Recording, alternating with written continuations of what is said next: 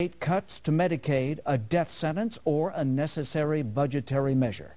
In October, the state slashed transplant funding for people on access, and now a second person has died after being knocked off the transplant list.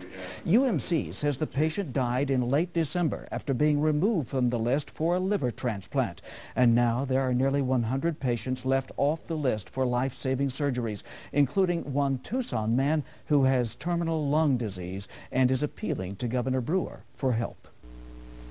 It's just time to change this whole thing quick, you know, because a lot of these people and myself don't have that time, and their families never expected it, and it's not fair.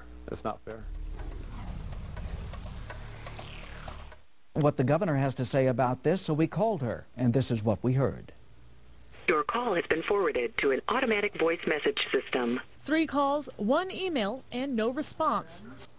That is exactly what people cut from the transplant list are getting as well. Lois Tate's 27-year-old daughter needs new lungs, but she is one of 97 people cut from the transplant list still alive. The question is, for how long?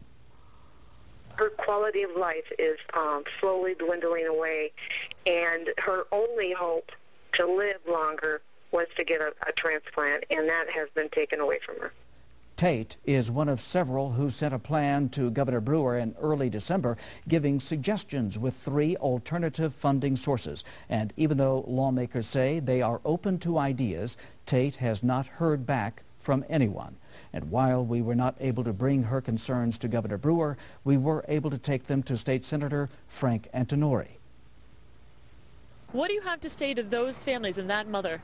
Well, again, I wish we had the money and it was flowing from the hills of Arizona to fund everything we wanted to fund. Tough decisions are being made because we're in a budget crisis right now. While Antonori and other legislators argue the state cannot afford those transplants, it turns out your tax dollars could help pay for transplants for those same lawmakers.